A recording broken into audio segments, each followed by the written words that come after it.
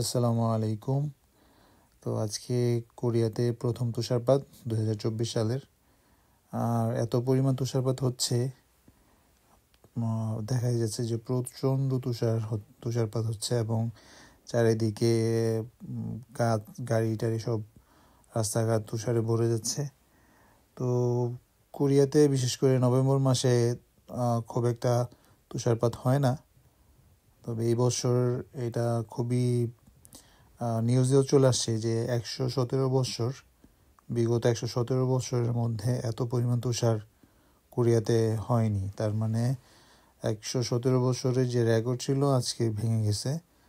তো চলেন এনজয় করা যাক আজকে তুষারপাত।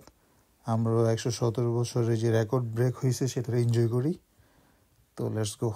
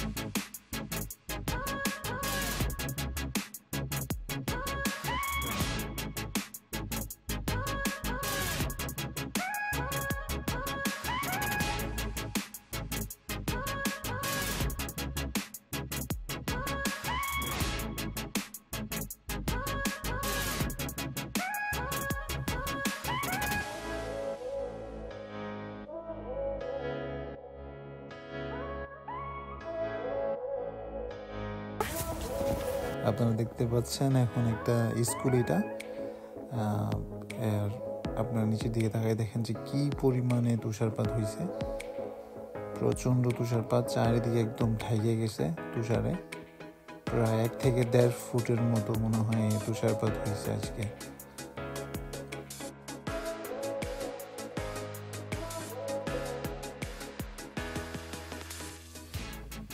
এটা একটা চার্চ, আর এই চার্চের উপর থেকে একটু পরপরেই এই পাহাড় থেকে যখন বরফ ধস পড়ে না, ওরকম করে একটু পরপরেই উপর থেকে থপাস করে আর কি তুষারগুলো ঝরে পড়তেছিল। আর খুবই ভাল লাগে, কিন্তু ভয়ঙ্কর।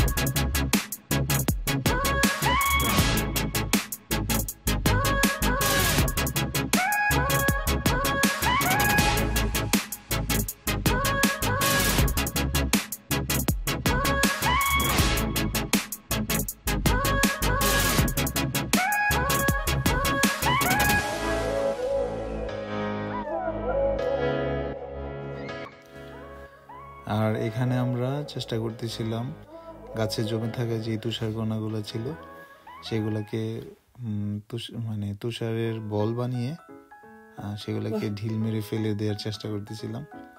খুবই মজা লাগতেছিল আর খুবই এনজয়েবল মোমেন্ট ছিল সেটা।